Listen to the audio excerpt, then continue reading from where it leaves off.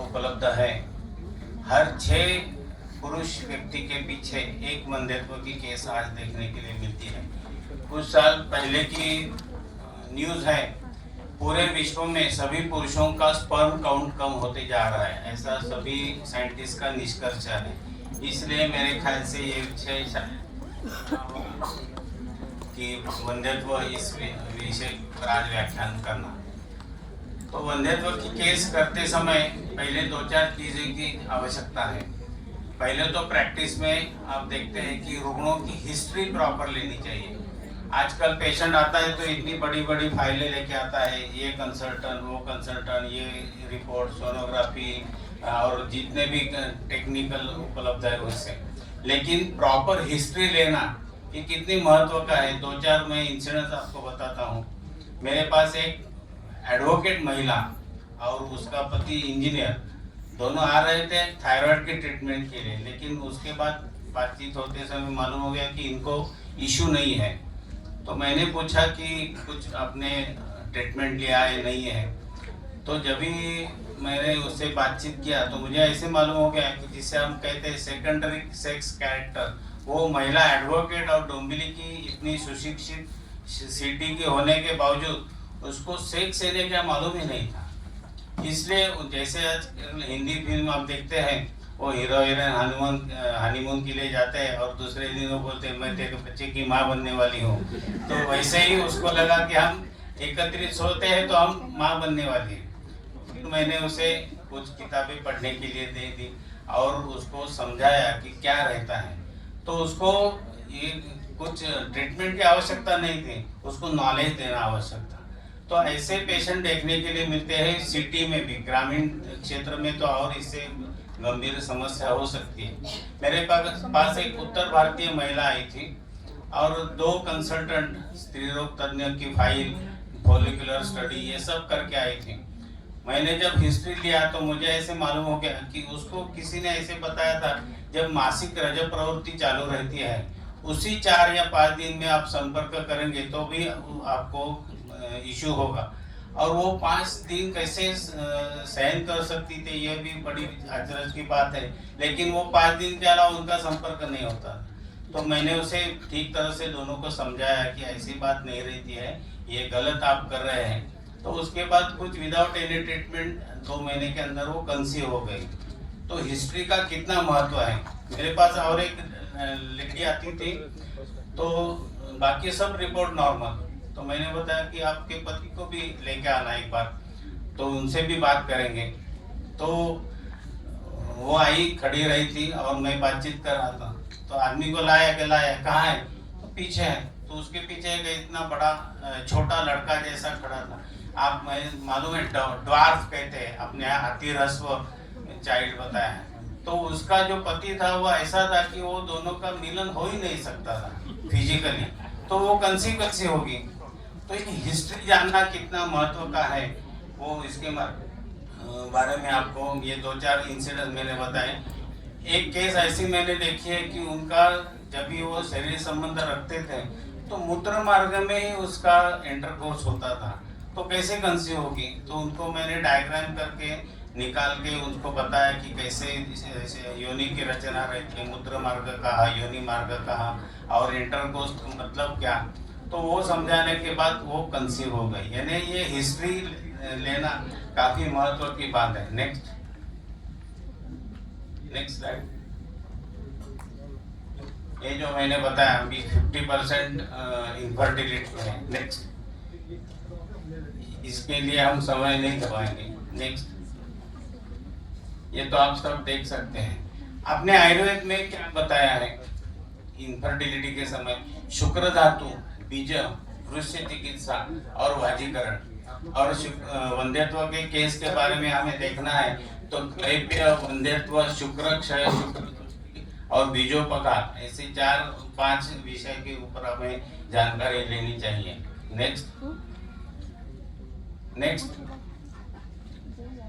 तो वंध्यत्व और षंडत्व क्या डेफिनेशन आपने किया है? नेक्स्ट, संभोग क्षमता प्राप्त होकर भी पुरुष बीज में विकृति के कारण संतानोत्पत्ति नहीं होती है, उसे वंध्यत्व कहा है। और षंडत्व किसे कहा है? पुरुष बीज प्राकृत होकर भी जननेंद्रिय का हर्ष कार्य अल्पता या पूर्णता नष्ट होने के बाद संभोग क्षमता कम होती है। ये अपने फर्क ध्यान में रखना चाहिए, षंडत्व क्या है और वंध्यत्व क्या है। नेक्स्ट, सभी हम कहते हैं कि हेतुओं का विशेष जानकारी लेनी चाहिए। तो अपने यहाँ कौन से बताए? आहारज हेतु और विहारज हेतु। आहारज में विरुद्ध आहार सेवन है, अध्यशन है, अकाल भोजन, अति लवण, अति तिक्त, अति कटु, मद्यपान, रुक्ष आहार और बीज विरेगा। आज हम क्या देखते हैं? विरुद्ध आहार का सेवन तो हम दिन प्रतिदिन करते हैं, क्योंकि आप होटल में जाते हैं तो जितने भी पदार्थ आप खाते हैं, नवरत्न कुरमा से लेके जो आजकल खोटर पर हम कहते हैं यानी पनीर वाला, ये सब विरुद्ध आहार का आदर्श उदाहरण है। इसके बारे में हम ज़्यादा नहीं बताएंगे, लेकिन अपने यहाँ विरुद्ध आहार से क्या शरीर में होता है, तो जो श्लोक है उसमें पहला शब्द है शांड्य और दूसरा है आंध्य। विरुद्ध आहार से क्या होता है, तो ये आप आजकल जो निष्कर्ष है 50% पेशेंट यानी पुरुषों का जो काउंट कम हुआ है, तो विरुद्ध आहार। अध्यशन, अपने यहाँ भोजन का क्या बताया है? याम मध्य न भोक्तव्यम याम युग्मम न लंघयेत। 2.5 घंटे के पहले खाना नहीं चाहिए और 5 घंटे के बाद भूखा नहीं रहना चाहिए। आजकल कोई बोलता है हर 2 घंटे के बाद खाओ, कोई बोलता है 12 घंटे के बाद खाओ, और कुछ समय ही नहीं रहा। भोजन का काल अपने यहाँ बताया, दोपहर को माध्याह्न काल और शाम को सूर्यास्त काल। आज हम रात को 11 बजे, कभी दोपहर को 3 बजे, कभी भी खाना खाते हैं। तो अपने यहाँ विषम आसन, अध्यसन, ये जो सब प्रकार आए हैं उसमें ये आता है। अति लवण सेवन, आप भी कभी दुकान में जाइए तो फरसाण के जितने, आप तो गुजरात में हम आए हैं तो फरसाण ही फरसाण है, तो दुकान में जाएंगे तो टोमेटो की सेव, मेथी की सेव, अलग पालक की सेव, सब ये जो ये सब अवृश्य या हीन वीर्य, वीर्य रहित आहार जो हम कहते हैं, ऐसे अति लवण, लवण रस का अतिरेक। और ऐसे पेशेंट देखते हैं, मैंने एक लड़की देखी तो वो अचार कटोरी में लेके खाती थी, तो अति लवण। नहीं तो हर एक रोटी या चावल का खाने के बाद नमक लगाना, ऐसे पेशेंट मैंने देखे हैं। अति तिक्त रस, आजकल सब व्यायाम का फंडा चल रहा है, जाते हैं कुछ आधा घंटा पौना घंटा चलते हैं और आते समय सब रास्ते में जूस सेंटर चलते हैं, उसमें अलग अलग लौकी का जूस, नीम का जूस। तो ये अति तिक्त यानी हर रोज नीम का जूस तो पीने वाले हैं, नीम ज्यादा कहने से क्लेट होता है, शुक्र क्षय होता है अति तिक्त रस से। तो ये भी एक आजकल हेतु है।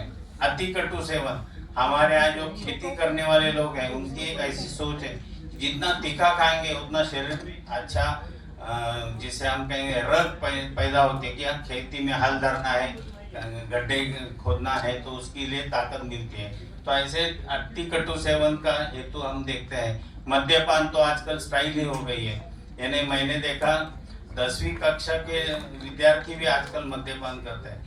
थाना की एक महिला मेरे पास दवा के लिए आई थी, अत्यंत अच्छे सुशिक्षित महिला थी।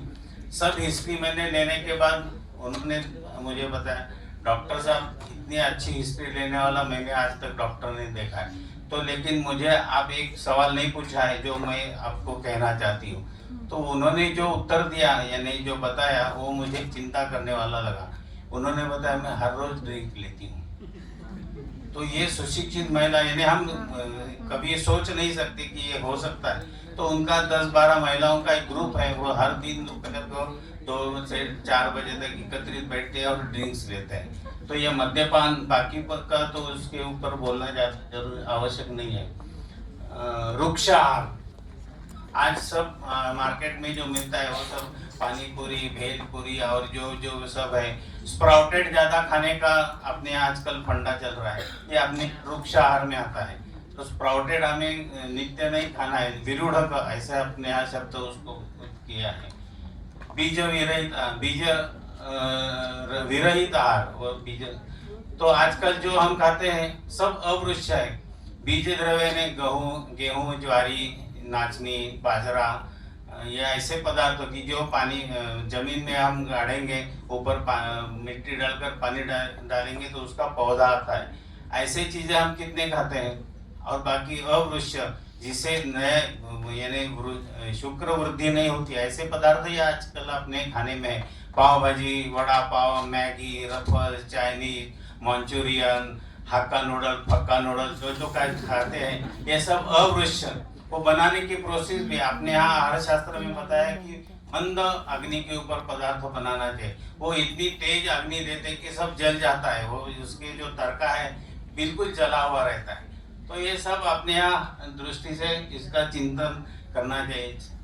जंक फूड हम खाते हैं, ये तो मैं नहीं पता, आप गूगल अंकल को पूछो, वो सब देता है आजकल, क्योंकि डॉक्टर से ज्यादा गूगल के ऊपर लोगों का विश्वास ज्यादा है। तो आप सर्च करो, उसमें सब क्या है। विहार हेतु में व्यायाम करने के आजकल की समाज के जो सोच है वो अलग है। कभी भी करते हैं, रात को 11 बजे जिम में जाने वाले पेशेंट मैंने देखे हैं। भोजन के पश्चात व्यायाम, ये आम हुआ तो हृदरोग का हेतु अपने यहाँ बताया है, लेकिन भोजन के पश्चात व्यायाम, अभी मैं कुछ दिन पहले डोंबिवली डिस्पेंसरी बंद करके जा रहा था, तो हमारे यहाँ का एक ऑर्थोपेडिक सर्जन चल रहा था। मैंने पूछा कहाँ जा रहे हैं? वॉक करने। खाना अभी खा के निकला। डॉक्टर लोगों को भी ये मालूम नहीं है कि भोजन के पश्चात व्यायाम नहीं करना है। वो भोजन करके बाद 45 मिनट्स वॉक करने के लिए जाता है। तो और बाकी जिम करने वाले भी लोग ऐसा है, एक तो बिल्कुल नहीं करते, नहीं तो विपरीत या अति व्यायाम, ऐसा भी है। रात्रों जागरण, ये तो अभी आईटी सेक्टर में काम करने वाली, अभी मेरे पास एक नया दाम्पत्य है, नई शादी हुई, दोनों भी आईटी में काम करते। उनकी ड्यूटी शाम को 7 से सुबह 7 बजे तक, तो कैसे उनको बच्चे हो गए? पूरा रात उनका काम पे वो अपना लैपटॉप पढ़ाते रहते हैं। तो ऐसे ड्यूटी है तो प्रॉब्लम है। दिवास्वप्न, इसके बारे में बोलने की जरूरत नहीं है। अतिश्रम, जैसे कुछ हमाली करने वाला, गाड़ी फर्नीचर करने वाले, ऐसे काफी जो मजदूरी करते हैं उनके में ये देखना है। उष्णता संपर्क, फर्नेस या बावर्ची है, भट्टी के नजदीक काम करते हैं, ऐसे लोगों का स्पर्म काउंट कम रहता है। 2 व्हीलर्स ज्यादा मात्रा में चलाना, अभी हमारे यहाँ ऐसी स्थिति है कि ट्रैफिक जाम की वजह से और भीड़ की वजह से लोग 2 व्हीलर लेते हैं और daily 60, 70, 80 kilometre travel to and fro होता है। और आजकल की गाड़ी ऐसे है कि सीधे दोनों बैठेंगे, ऐसी सीट के अरेंजमेंट ही नहीं, पीछे वाला बैठेंगे तो आगे को ऐसा ही करना पड़ता है। देखो पल्सर गाड़ी है, बाकी सब गाड़ी की सीट की पोजीशन ऐसी है, वो आगे बैठे वाले का स्क्रोटम जो है वो खिंचता है, इसके वजह से ये इनफर्टिलिटी। टाइट कपड़े ज्यादा, यानी पैंट निकालने के लिए बीबी को पैंट खींचनी पड़ती है, इतने टाइट कपड़े हैं। इनर वेयर्स जो है आजकल कोई भारतीय पद्धति यानी कॉटन के कपड़े पहनते हैं, कितनी भी जाहिरात होने दो कि ये 100% कॉटन है, वो मिक्स रहते हैं सिल्क के, तो उसकी वजह से भी ये इनफर्टिलिटी यानी काउंट कम होता है। अति चिंता, ये भी विषय, आज कोई भी आदमी ऐसा नहीं कि जिसको दिमाग में कोई विचार नहीं है। और अतिशोक, ये विहार हेतु अपने यहाँ बताया है अलग। नेक्स्ट, तो इसके ऊपर हमें ध्यान देना चाहिए। अन्य व्याधि वेरिकोसिल है, ऑर्काइटिस है, डिप्रेशन है, मास्टरबेशन है, डायबिटिक मेलाइटस है, जेनेटिक है। एक जो मैंने बताया एक्सरे टेक्नीशियन वगैरह है, उनको ड्यूटी की वजह से रेडिएशन होता है, इसके माध्यम से भी इनफर्टिलिटी। मास्टरबेशन जो है, मॉडर्न साइंस का ऐसा कहना है कि जैसे हम थूकते हैं वैसा वो वीर्यस्खलन है, इतनी सादी प्रक्रिया है। लेकिन मैंने पूरी जिंदगी बर्बाद की है, ऐसे पेशेंट देखे हैं मेरे पास। हम एक जगह चैरिटेबल ओपीडी चलाते थे, तो एक युवक आया था, वो आने के बाद रोने लगा क्योंकि उनके फलाना डॉक्टर की वजह से मेरी जिंदगी बर्बाद हो गई। क्या हो गया? तो मास्टरबेशन की आदत उसको लग गई थी, लेकिन उसके दुष्परिणाम देखने के बाद वो डॉक्टर के पास चला गया, तो उन्होंने बताया कुछ नहीं है, नॉर्मल है। तो उसकी वो प्रक्रिया दिन प्रतिदिन बढ़ती गई।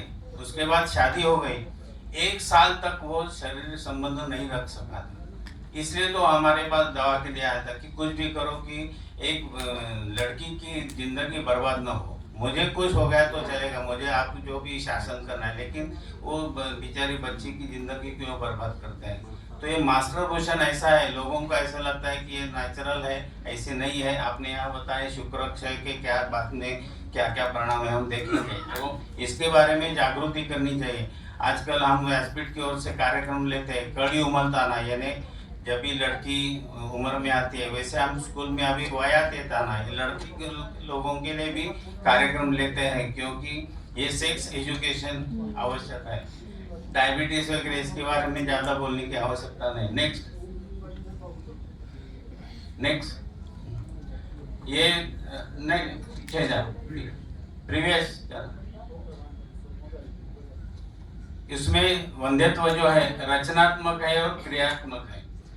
ये स्पर्मेटिक कॉर्ड ऑब्स्ट्रक्शन है, अनडिसेंडेड टेस्टिस है, टेस्टिकुलर एट्रोफी है, ट्यूमर है, और ये आयुर्वेद की दृष्टि से स्पर्मेटिक कॉर्ड ऑब्स्ट्रक्शन के काफी पेशेंट देखने के लिए मिलते हैं। मेरे पास एक डॉक्टर आया था जो खुद मेडिकल प्रैक्टिशनर था। तो ये ऑब्स्ट्रक्शन आजकल टेक्नोलॉजी बढ़ गई, सोनोग्राफी सब करने से मालूम होता है, डॉपलर करो, तो उसकी हिस्ट्री में देखा तो स्पर्म कॉर्ड जो है उसमें ऑब्स्ट्रक्शन था, लेकिन बायोप्सी में स्पर्मेटोजेनेसिस प्रेजेंट था। इसका मतलब जो ऑब्स्ट्रक्शन है वो दूर होगा तो ही कैन कंसीव। तो हमने उसे अपने यहाँ कर्णरोग चिकित्सा में क्षार तेल आया है, वो क्षार तेल से वो स्पर्मेटिक कॉर्ड कैसे पकड़ना और उसके मॉलिश कैसे करना, यानी मसाज, ऐसे हमने सिखाया।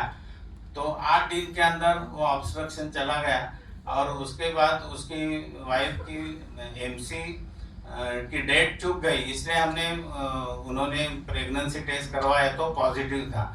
ऐसे काफ़ी केसेस स्पर्मेटिक कॉर्ड ऑब्स्ट्रक्शन जो है, जो जिसे हम फिजिकल कहते हैं, वहाँ कोई ट्यूमर हो या कोई अन्य विकृति है तो इसके क्षार तेल ऐसे उससे नहीं होगा। अनडिसेंडेड टेस्टिस, मेरा ही एक स्टूडेंट आया था, शादी के बाद 2 साल हो गए, कुछ नहीं, सब मिसेस की जितनी इन्वेस्टिगेशन सब करने के बाद वो आ गया। तो उन्होंने सोनोग्राफी किया तो टेस्टिकल्स जो थे अनडिसेंडेड थे और स्पर्म काउंट देखा तो एजोस्पर्मिया था, यानी स्पर्म काउंट बिल्कुल नहीं था, लेकिन उसमें भी स्पर्मेटोजेनेसिस और फ्रुक्टोज पॉजिटिव थी। तो मैंने बताया उसे कि केवल अनडिसेंडेड टेस्टिस उसका कोई मतलब नहीं, लेकिन स्पर्म काउंट बढ़ाना है, तो उसके लिए मैंने उसे ट्रीटमेंट लिया। आपने सुना होगा वानरी गुटी का कल्प आपने यहाँ है, तो वानरी गुटी खुद बना के, कपी कच्चू का बीज जो रहता है, वो कपी कच्चू का बीज रात भर पानी में भिगा के रखना, सुबह उसके छिलके निकालने का और बारीक करने का, उसके 4 गुना दूध गाय का होगा तो अच्छा, नहीं तो भैंस का भी चलता है, उसमें वो अच्छी तरह से घोलने का, जैसे हम मावा बनाते हैं वैसे उसका मावा बनाने का, गाढ़ा होने को आने के बाद उसमें उड़द दाल का चूर्ण डालने का, और जैसे हम गुलाब जामुन बनाते हैं ऐसे 5 ग्राम 6 ग्राम का गुलाब जामुन बनाने का, और वो घी में फ्राई करने का, और फ्राई करने के बाद वो मध में डाल के रखना, और सुबह और शाम को 1-1 वानरी गुटी उसको खाने के लिए देना। बाकी की दवा भी है, लेकिन सबसे महत्व का दवा यह है। लेकिन वानरी गुटी करते समय जो कपी कच्चू बीज मार्केट में मिलता है वो महाराष्ट्र का जो है वो ब्लैक कलर का है, काले रंग का, गुजरात का मिलता है वो सफ़ेद कलर का है, तो सफ़ेद का काम नहीं करता है, ध्यान में रखो। तो ब्लैक कलर का जो कपी कच्चू है वही अच्छी तरह से काम करता है, और अभी आजकल तो सब उसका एनालिसिस उपलब्ध है, तो डोपामिन और बाकी जो सब है उसमें प्रेजेंट है, तो उसे अर्ज भी बढ़ती है, सेक्स का स्टैमिना बढ़ता है, वीर्य की क्वालिटी अच्छी बनती है। तो लड़का भी ऐसा हो गया कि उसकी वाइफ की मासिक की डेट चूक गई, तो हमने उसका यूपीटी करने के बाद वो पॉजिटिव हो गए। बाद में हमने स्पर्म काउंट किया तो काउंट वाज ओनली 23 मिलियन, यानी नॉर्मल स्पर्म काउंट से वैसे, लेकिन क्वालिटी वाज सो गुड, यानी आफ्टर 2.5 आवर उसकी जो विस्कोसिटी और मोटिलिटी जो स्पर्म के एकदम अच्छी थी। आखिर में तो एक ही स्पर्म फर्टाइल होता है। तो ऐसे काफ़ी पेशेंट अनडिसाइडेड टेस्ट होने के बावजूद भी ये उसको फ्रुक्टोज टेस्ट पॉजिटिव और बायोप्सी वगैरह किया है तो हो सकते हैं। टेस्टिकुलर एट्रोफी में 2-4 केसेस है।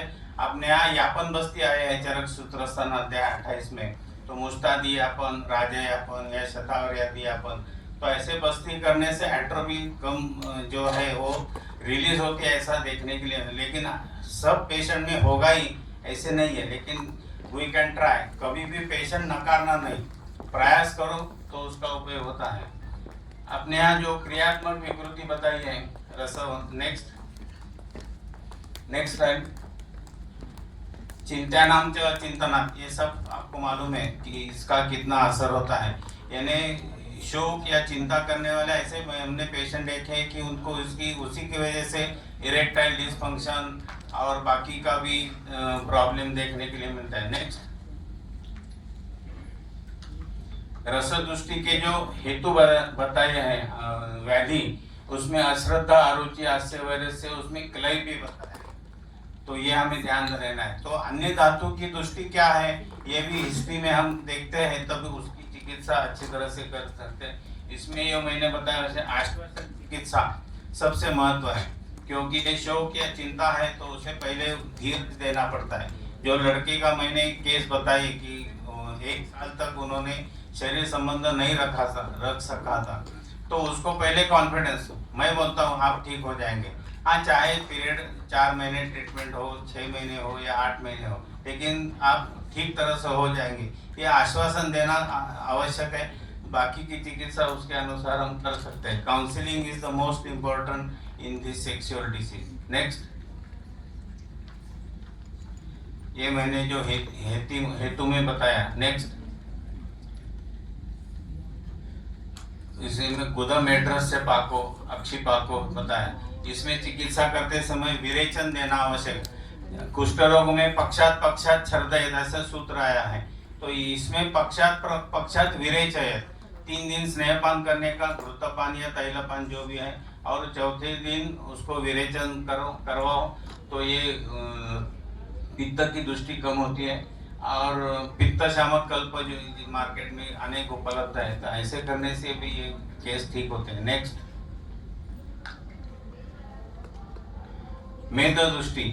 कुछ दिन पहले टीवी के ऊपर नीचे स्क्रॉल चल रहा था कि ओबेसिटी की वजह से ये षंडत्व या वंध्यत्व की आशंका ज्यादा है, ऐसा हमारे यहाँ कितने पहले बताया, देखो। नेक्स्ट, देखो क्रुच्छ व्यवहार था, ये चरक सूत्रस्थान 21 का सूत्र है। अति स्थूल से तावत आयुषो ह्रासो जवो परदा, कृष्ण व्यवहार दौर्बल्यम दौर्गत्यम स्वेदो बाधा।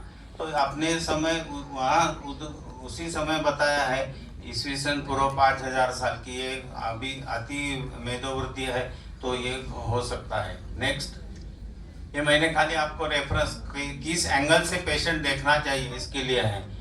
शुक्र धातु के जो कारण है, अकाल योनि गमन, अन्न निग्रह, अति मैथुनात्, शुक्रवाहिनी दुष्यंती, शस्त्र साराग्नि, जो हिस्ट्री के बारे में मैंने बताया तो उसमें ध्यान में लेना है। कभी भी अपने यहाँ बताया क्या है, भोजन का काल सायंकाल यानी सूर्यास्त के समय, और जब भी मैथुन होता है तो रात को 10:30-11 बजे, यानी भोजन और संभोग का काल जो है उसमें कम से कम 4 घंटा समय जाना चाहिए, अन्यथा वो उसको इरेक्टाइल डिसफंक्शन या बाकी सब प्रॉब्लम होते हैं। क्यों? और दूसरे अकाल योनि गमना, हम सब हिंदू परंपरा से आए हैं, हमने पंचांग देखेंगे तो अपने यहाँ जो शुभ तिथि है वहाँ शरीर संबंध नहीं रखना है, या कुछ जैसे अमावस्या है अलग अलग, तो आप देखेंगे तो ऐसे होता है कि मासिक रजो प्रवृत्ति के बाद 4 या 5 दिन ही मिलते हैं कि जिस समय आप संभोग यानी शरीर संबंध रख सकते हैं, तभी ये प्रॉब्लम नहीं होते। तो ये दुर्दिन सुदिन इसके ऊपर किसी का विश्वास हो नहीं, लेकिन ये देखना चाहता है। और अकाल योनि, कभी भी दोपहर को भी शरीर संबंध होता है या कभी अलग अलग समय पे, तो ये नहीं होना चाहिए। ऐसे आपने यहाँ बताया अकाल योनि गमन, तो सही समय पे ही शरीर संबंध होना चाहिए। नेक्स्ट, शुक्र दृष्टि में क्लैब्य और अहर्षण, ये दोनों बताए हैं। नेक्स्ट, हेतु क्या बताए? जरया चिंतया शुक्रम व्याधि कर्म कर्षणात् क्षयम गच्छन्ति अनशनात् स्त्रियाणां च अतिसेवनात्। ये भी देखने के लिए मिलता है। कुछ लोग ऐसे रहते हैं कि उनकी कामेच्छा काफ़ी ज़्यादा रहती है और दिन में 2 बार 3 बार ऐसे मैंने पेशेंट देखे हैं। और तो इसका भी हमें सोचना चाहिए। या मन में भी चिंता काफ़ी रहती है। वो आजकल तो ये मोबाइल और ब्लू फिल्म अलग अलग वीडियोस वो देखकर हस्तमैथुन और बाकी के प्रॉब्लम है। तो ये शुक्र क्षय के हेतु में सब ये आता है। आपने यहाँ बताया है कि जो अलग अलग सोच कैसी है उसके ऊपर भी इसका ध्यान। नेक्स्ट, शुक्र और वेगावरोधजन्य रोग में आपने यहाँ बताया है मेढ्र वृषणयो शूलम अंगम अर्धो रुधि व्यथा भवेत प्रतिहते शुक्रम विबद्धम मूत्रमेव च।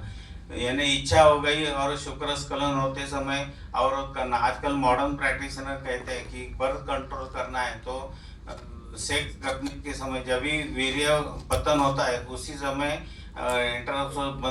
इंटरकोर्स नहीं करना है, तो ये प्रॉब्लम होता है, ये ध्यान में रखो। नेक्स्ट, मॉडर्न की दृष्टि से ऑलिगोस्पर्मिया, अस्थेनोस्पर्मिया, इसकी सब डेफिनेशन आपको मालूम है। नेक्स्ट, इसकी चिकित्सा में बाद में बताऊंगा। टेस्टेनोस्पर्मिया, अजोस्पर्मिया। नेक्स्ट,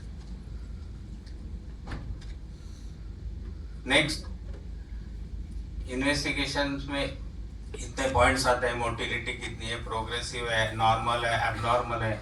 अभी ये जो सब टेराटोस्पर्मिया और नेक्रोस्पर्मिया ये जो केस है, मैं ऐसे करता हूँ कि अपने यहाँ शुक्र शोधन गण और शुक्र विरेचनीय गण ऐसे बताया। तो ऐसे लोगों को पहले योगावस्थी करवाना पड़ता है।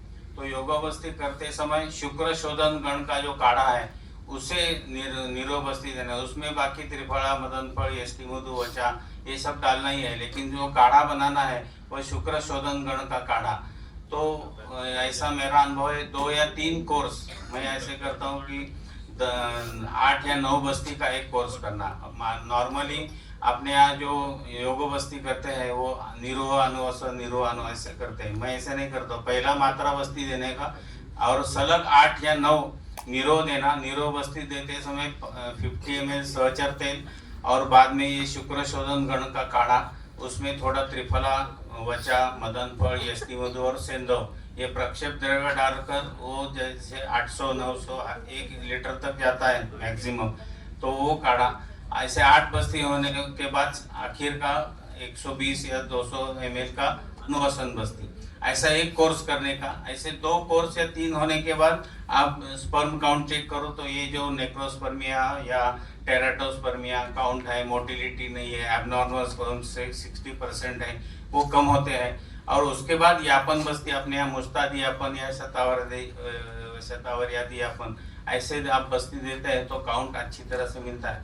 अपने यहाँ चक्रदत्त में अर्धमातृका बस्ती करके आया है। सोपा यानी बिल्कुल अच्छी तरह से पाठ है, बनाने के लिए इजी है। तो ऐसे करने के बाद काउंट बढ़ता है, ये स्पर्म की मोटिलिटी और एबनॉर्मलिटी कम होती है। नेक्स्ट,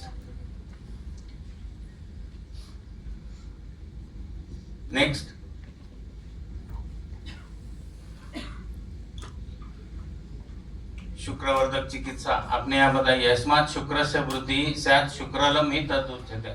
अश्वगंधा, मुसली, शर्करा च शतावरी। तो ऐसे द्रव्यों का क्षीरपाक अपने यहाँ प्राय अश्वगंधा, क्षीरपाक, मुसली, शर्करा या शतावरी। क्षीरपाक देते समय भी वो रसायन काली देना चाहिए, ये भी ध्यान रखो। लोग अन्य अनेक वैद्य भी टॉनिक करके पेशेंट को भोजन के पश्चात देते हैं, ऐसे कभी नहीं करना। ये सब द्रव्य अपान काली या रसायन काली देने चाहिए भोजन के पूर्व, सुबह जल्दी। नेक्स्ट, ये अपने एक यवागु है। ताम्रचूड़ से सिद्धा रेतो मार्ग रुजापहा सममाश विदला वृक्षा घृत क्षीरोपसादिता। तांबे के बर्तन में सिद्ध ये माश मीश उड़ीद उसको सिद्ध करके घृत 4 भाग और ऐसे बिल्कुल सीधा सरल पाठ है, कोई भी घर में बना के दे सकता है। तो इससे धातु वृद्धि अच्छी तरह से होती है। नेक्स्ट, ये देखो महाकषाय, अपने आप जो बताया शुक्रजनन महाकषाय, उसमें से काफी द्रव्य मिलते नहीं, लेकिन मिलते क्या है, ये मिलते हैं रान मूंग, रान उड़ीद, शतावरी, जटामौसी और उच्चकामिन कपिकच्चू। कम से कम इसका आप काढ़ा या क्षीरपाक बनाकर देते हैं तो भी उसमें फायदा मिलता है। नेक्स्ट,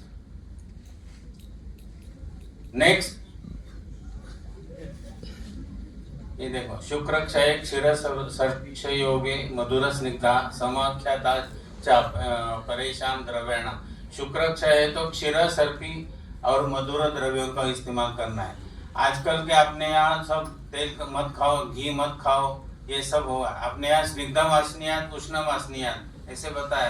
तो क्षीर यानी दूध और घृत, इसका घर का मक्खन भी घर में बनाए आप, अमूल बटर नहीं।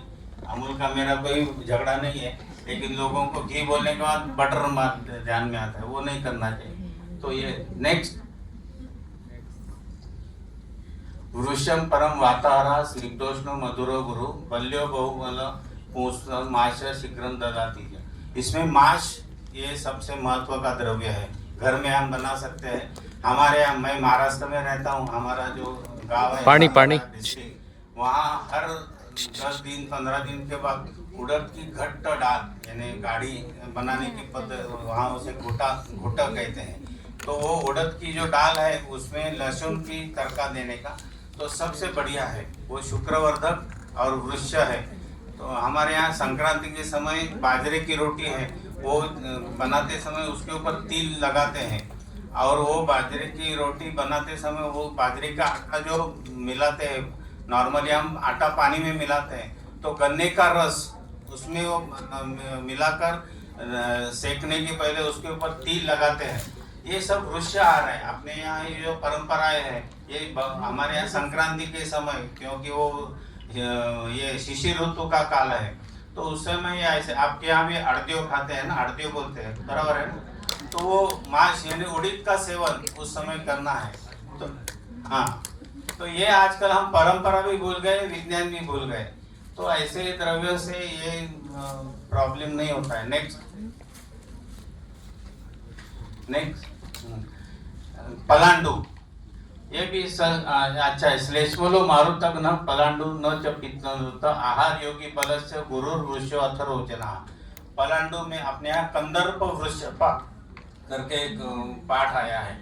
जो छोटे पलांडू रहते हैं, हम सांभर में होटल में मिलते हैं, वो छोटे पलांडू, उसका छिलका निकालने का, उसको छिद्र बनाने का, और वो 10-12 पलांडू मध में 8 दिन तक भिगो के रखना, तो उसमें मध एब्सॉर्ब होता है। बाद में वो एक पलांडू मध के साथ सुबह और शाम को खाना है। कंदर्प वृक्ष शुक्र वृद्धि के लिए सबसे अच्छा है। वो शुक्र क्षय के उसमें चिरात प्रसेक बोलते हैं, यानी शुक्र बाहर ही नहीं आता है।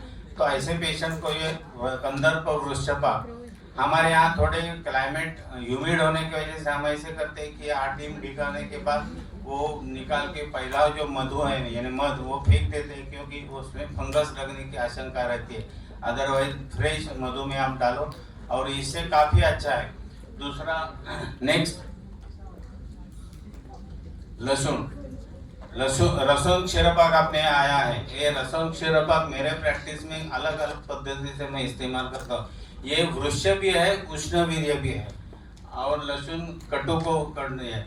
अभी फीमेल इनफर्टिलिटी का विषय करिश्मा बेन कहने वाली है, लेकिन आजकल मैक्सिमम पेशेंट देखने के लिए मिलते हैं कि जो प्रोसेस रहती है, यानी स्त्री बीज बाहर आने के बाद वो मैच्योर होता नहीं, वैसे ही चला जाता है, उसकी जो ग्रोथ होनी है वो नहीं होती।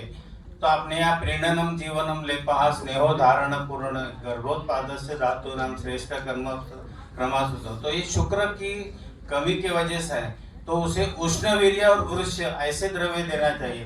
तो ये रसों क्षीरपाक देने से वो फॉलिकल मैच्योरेशन जो डिलेड है वो अच्छे तरह 14वें 13वें दिन में होता है, वो रप्चर होते हैं और उसके बाद कंसीव होते हैं। तो ये रसों क्षीरपाक रसों अपने डाइट में भी होना चाहिए पुरुषों में, क्योंकि वो शुक्र वृद्धि कर, शुक्र स्तुति कर भी है, यानी अर्ज भी बढ़ाता है, क्वांटिटी भी बढ़ाता है। नेक्स्ट,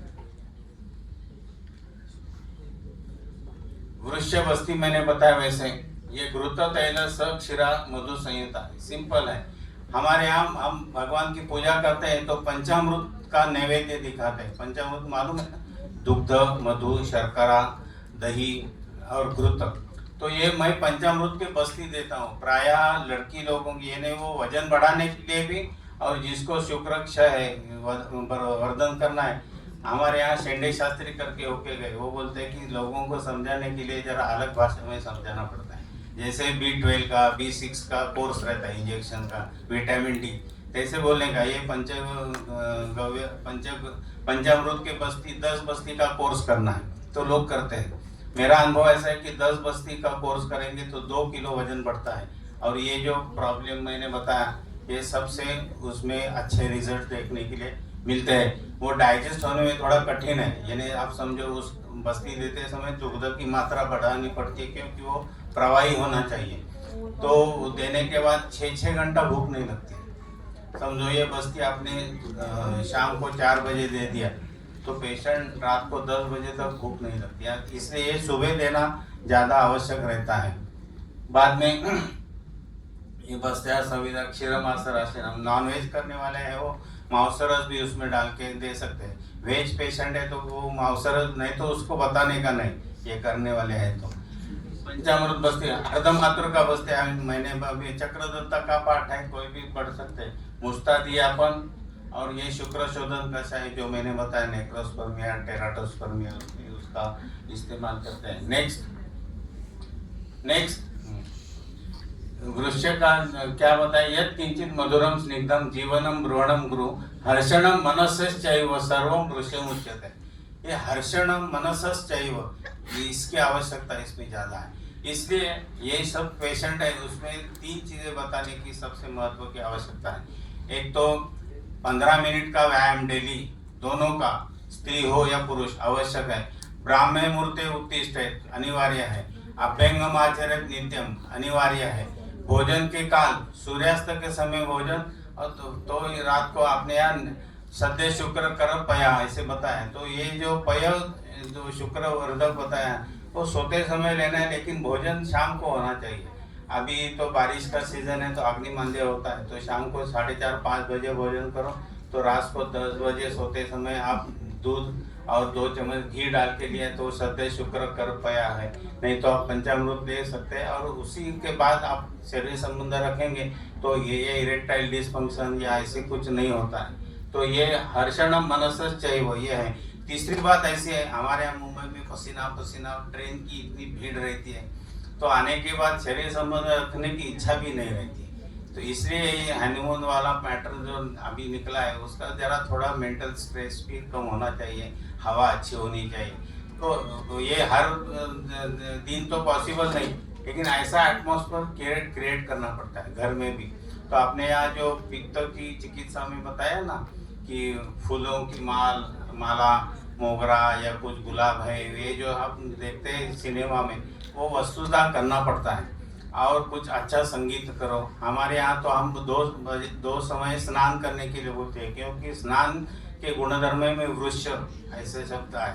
तो ये शाम को होना चाहिए। एटलीस्ट यहाँ से हाथ और नीचे पाँव धो के ठंडे पानी से तो आप फ्रेश हो सकते हैं। अच्छे तलम वस्त्र का इस्तेमाल करो।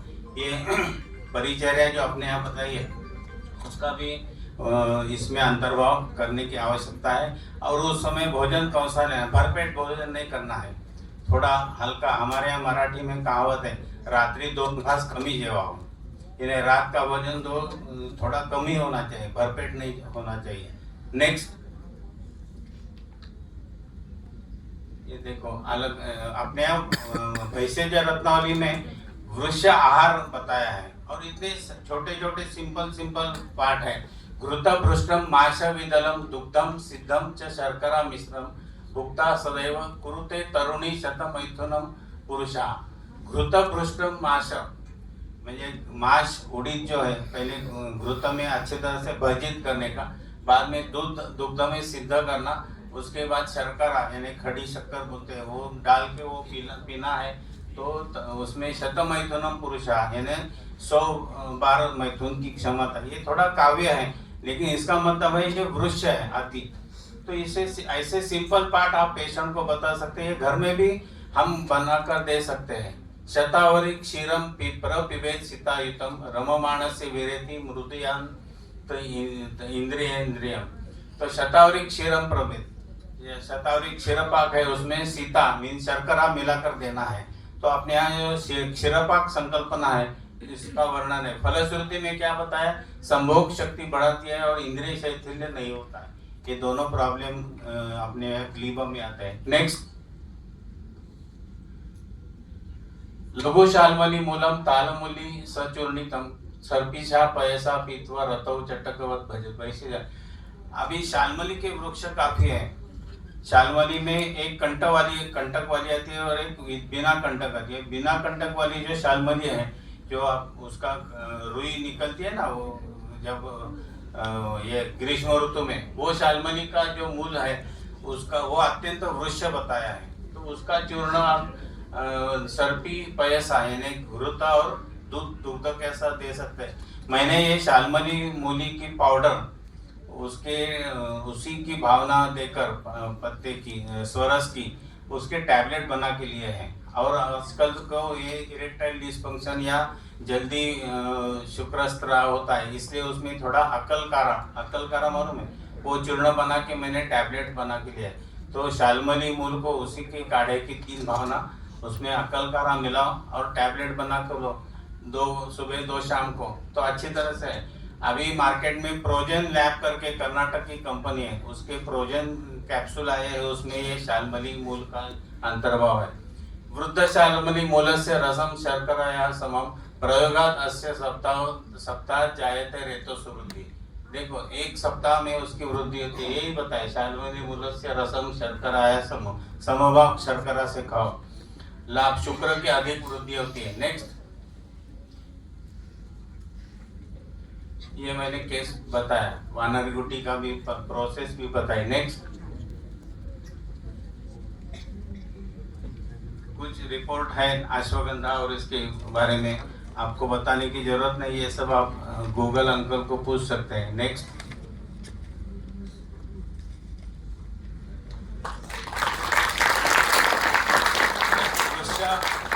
वृक्षाहार में और छोटे छोटे 2-3 पार्ट हैं।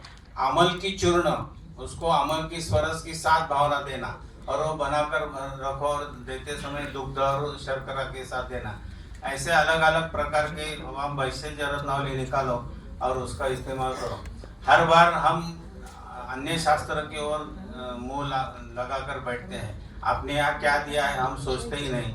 लेकिन ये हिस्ट्री से लेकर अपने शास्त्रों में दिए हुए सिद्धांतों का विचार करके आप करेंगे तो ऐसे आप अच्छे पेशेंट ट्रीट कर सकते हैं। मेरा अनुभव ऐसा है कि मेरे जैसा सामान्य प्रैक्टिशनर हर सप्ताह में 2 नए वंध्यत्व के केसेस देखता हूँ, उसमें मेल और फीमेल इनफर्टिलिटी। तो सब ने मेरा व्याख्यान थोड़ा मैंने समय ज़्यादा लिया, अच्छी तरह से सुन लिया इसे। धन्यवाद।